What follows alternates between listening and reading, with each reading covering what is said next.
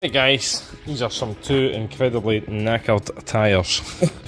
So this vehicle down there, Vauxhall Astra, hiding behind the lift there, it was recovered into this morning, and guy says God man, it was in the middle of nowhere.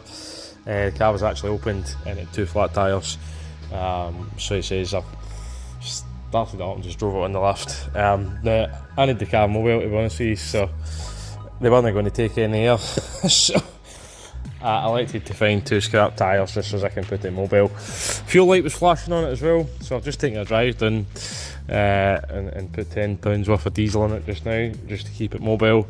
I don't know how long the fuel light was flashing on it for, so doesn't give you a range or anything like that. It just flash. So I took tyres off, you can see, right, they've been flat for a while, been chewing up the inside of the tyre, right, and the wire. Yep, all the wire has cometh out. Okay, so very dangerous. I think that may be one of the reps from the parts suppliers, that one as well. One of the tyre valves, wherever it is up here, was just rolling about inside the wheel. Yeah, so it's obviously either get broken with a flat tyre or when I get pulled on the truck and it's there. So I'm hoping it's just the stem bar that's broken, we can keep the sensor. Anyway. Right, party people, we know all about the tyres. I'm now going to show you why these tyres ended up like that. So, this one, ball joint, probably knackered, it was really bad. That's quite a lot of movement in that wheel.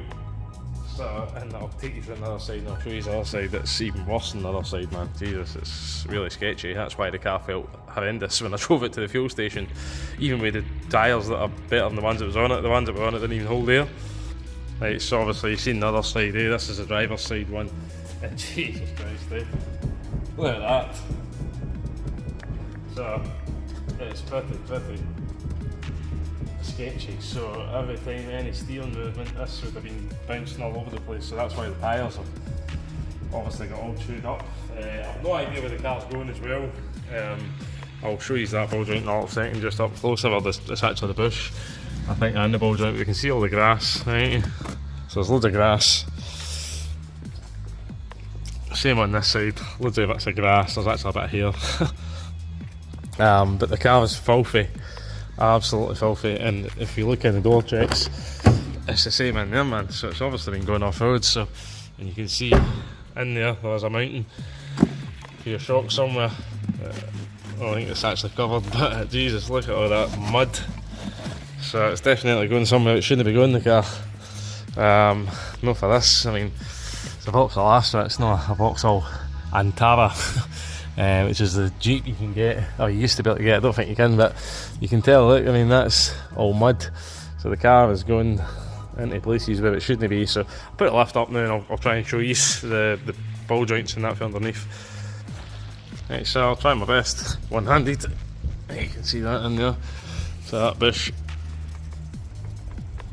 is knackered. The whole suspension arm's moving a bit, to be honest with you. It doesn't look like there's any play in the track with ends, but we would need to fix these first and then see. This one, I think it's just the ball joint. It's too hard to move with one hand. Just the way around. But yeah, it's definitely knackered, this one. So that ball joint there, so yeah, you can see it's had a bottom out there at some point. That's maybe when the tyre was flat. So yeah, so obviously I've put these tyres on it just to make it mobile. So I'll put the machine on it as well and see what the ABS fault is. So the ABS light keeps coming on and off on it, so you see what's happening there. Right, so we've got the Vauxhall Astra. It's got an intermittent ABS fault. It's very intermittent, to be honest with you. It's not on at the minute. Tyre pressure monitoring light and this airbag has failed. I've also taken the door off because this isn't working, so I don't see anything wrong with it. So I just need to replace the latch and the cable. This other cable, so I don't see why it's not working. So presume the latch has failed on it. So the wheel speeds, I've been round doing some driving on it. We'll rewind, but I don't really see. Obviously, it's a bit hard watching it while you're driving, but I presume it's all going to be working okay. If I fast forward a little bit, why is it not? Ah, there we go, that must be moving now. So, aye, there you go, so 3 and they're all the same, 2.3s. This is us probably just moving out of the workshop. But they're all reading the same. You know, if one had come up and says it's flat out all the time, then I would maybe say yes, go with that. But when you see different speeds, it's probably us turning. They're not a million miles apart, so there's nothing jumping out at me to say, right, so I think we'd need to go and try a sensor on it first, because that's the cheapest option, to be honest with you.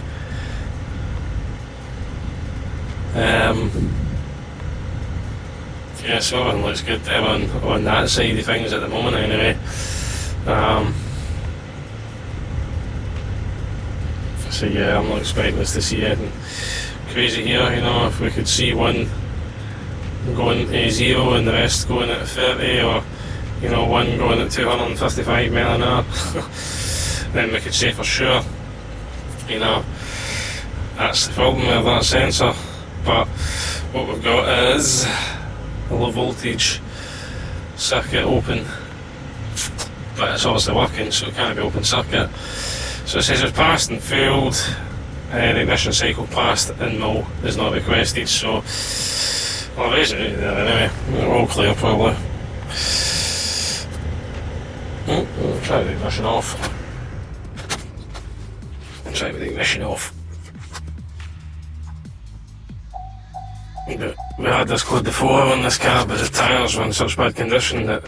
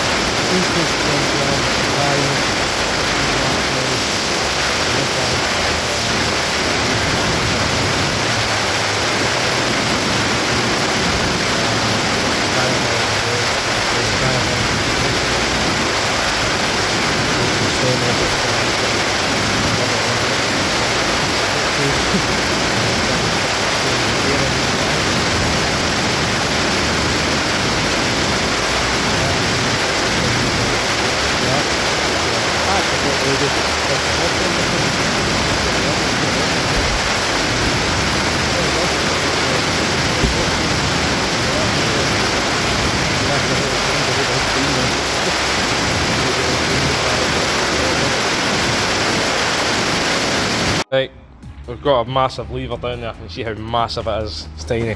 So, taking these two covers off, right, because we need to take the wheels off now. We've got tyres on the way, tyres and tyre valves. So, the bushes here, look, the big lever, right, it's massive, right, but Jesus, so look how much that's moving in there. So, that's my hands that's doing that, just on the wheel there. So, think how much that's moving in and out, and then it's the same on this side, actually worse. So no matter how good your fracking was, how good your tyres were, they don't last very long when that's like that. So, and when I put these part 1 tyres on it, the original tyres are over there. Jesus. So we put those part 1 ones on it, and I had to take it and put some fuel in it, right, and I thought, Jesus Christ, this car feels terrible. Absolutely dangerous, man. It feels dangerous to drive now. You can see how muddy it is as well. So I don't know where the car's going, but it really shouldn't be getting mud in it like this. You know what I mean? Wherever it's been going, it shouldn't be. So it shouldn't be getting into grassy, boggy bits or anything like that, because all these bits, all that mud gets trapped in there, right, and it rots everything. So we can see all the rot on the axle, right? Now that's because all that's lying there, right? And then it gets wet, so all that wetness, damp, it just hods the water, and then it just sits on here and it rots the car out quicker than it should. So yeah, my best advice would be, wherever they're taking it, stop, you know, find somewhere else for the dog or whatever, because it's killing the car. I mean, look at that, it is absolutely killing it. So it's not going to last very long, you know, keep using it the way you're using it. So yeah, that's just undersealer, but it is absolutely caked and stuff everywhere. So it's the same up here, it's all grass and stuff like that. It's all grass up all the wheel arch covers and stuff. So all the mud everywhere. So you can see we put a new oil filter on that and that oil back as well. There is a fault there for the EGR valve when we get and look at the data. We're waiting on a door latch, door cable, driver's airbag, 2 tyres, wheel valves, yeah, a load of bits. So yeah, so the car that's got an ABS fault as well, but it's you know, you move the car 1 minute, it's on, and you go and try, right, I'll put the machine on it, I'll get and drive it, the light goes off, or the light stays on, and everything seems to be working. So we'll take a punt on the sensor, because yeah, we'll start there I think. So we'll crack on there, we'll get these temporary tyres off it, and we'll get the new tyre valve on it, we'll get these arms changed, new valve and a new stem I think is coming, and hopefully, I'm not sure about the airbag yet, so I've not seen how that comes off yet, so hopefully that one's a nice easy one. Oh god, this camera, man. Right, so look at this, man, look at the dust, look, there's your anti-roll link in there. There's no way this car should be going into where it's going into. Not a chance. So I don't need that off, man, but Jesus, that's just to show you. So all that dirt will be lying in there, rotting the spring out. Look, the spring dust covers are rotted away. Right, so, and my whole new from ABS will be all full of that crap. For God's sake. Right, we have all the suspension arm bolts, nuts and bolts are all out. That one should be able to come off. So we know the bushes are knackered. This one should be able to come off. Right.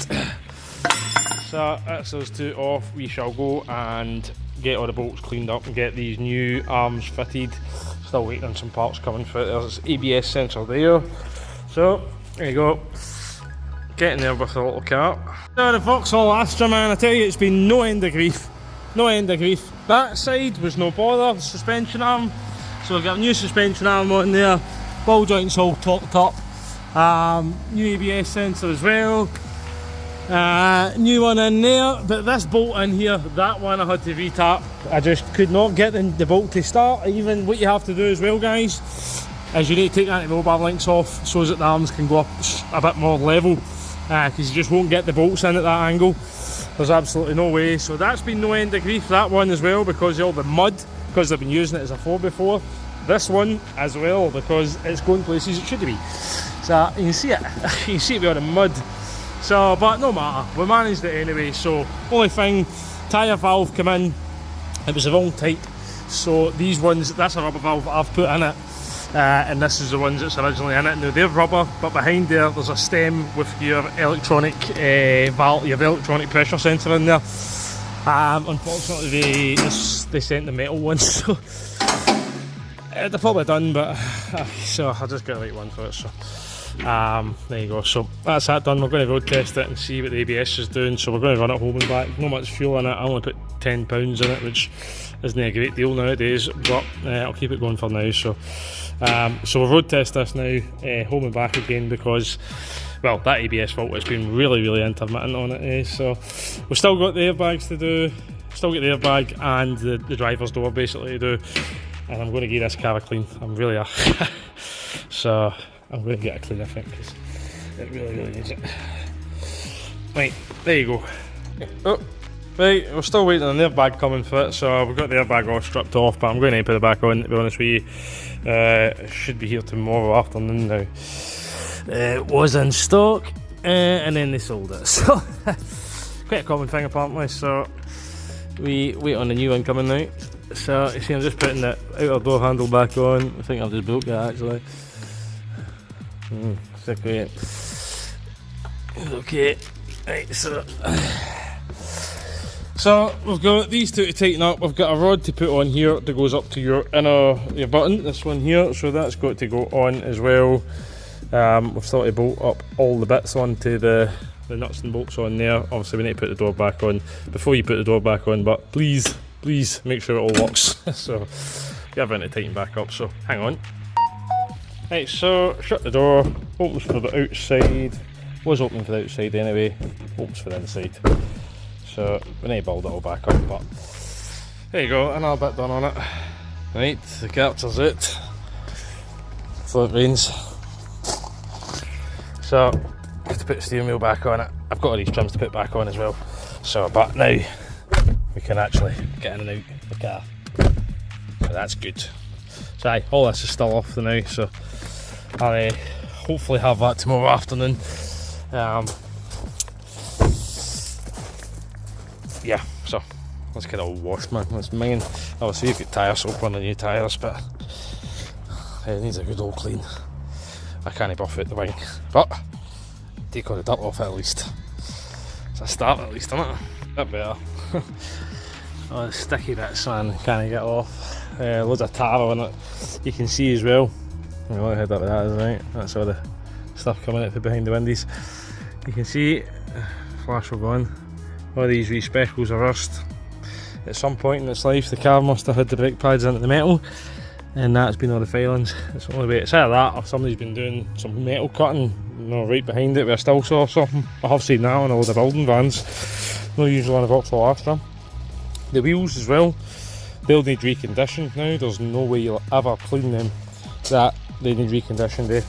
Just no chance you'll get that back to just be cleaning.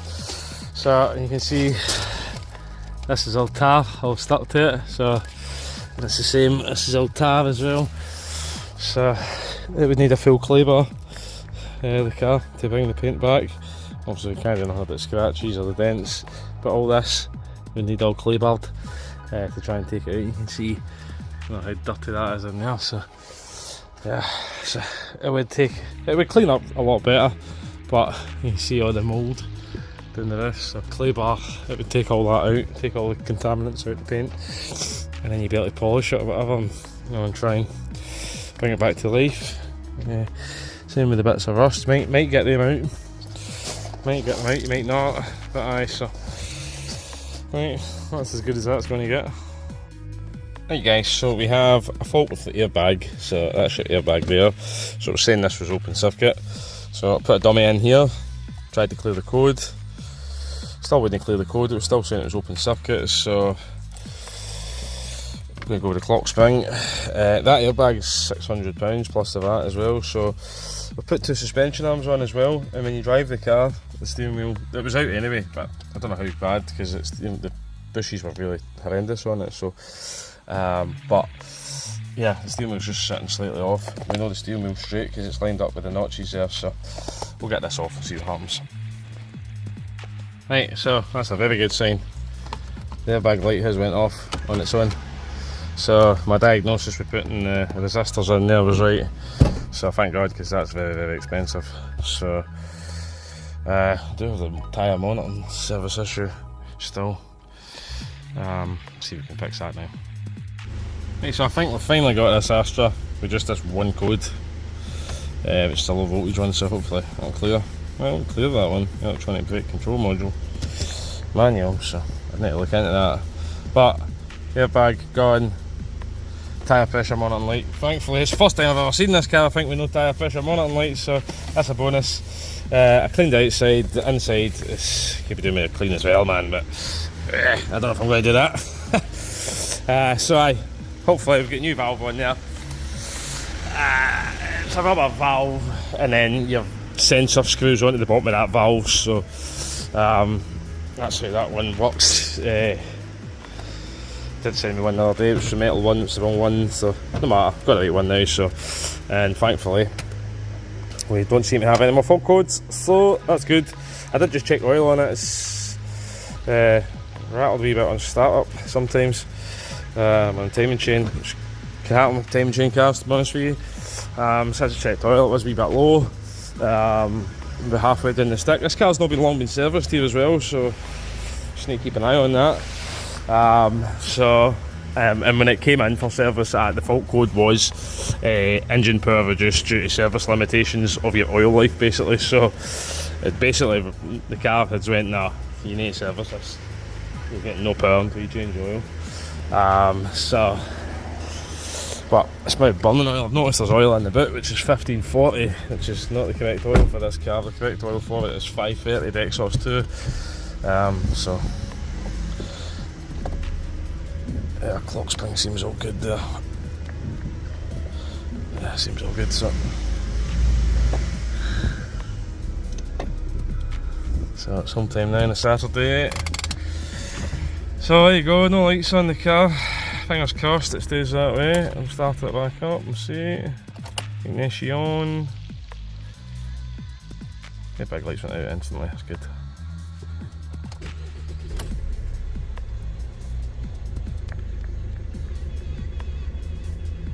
There we go, so no lights on.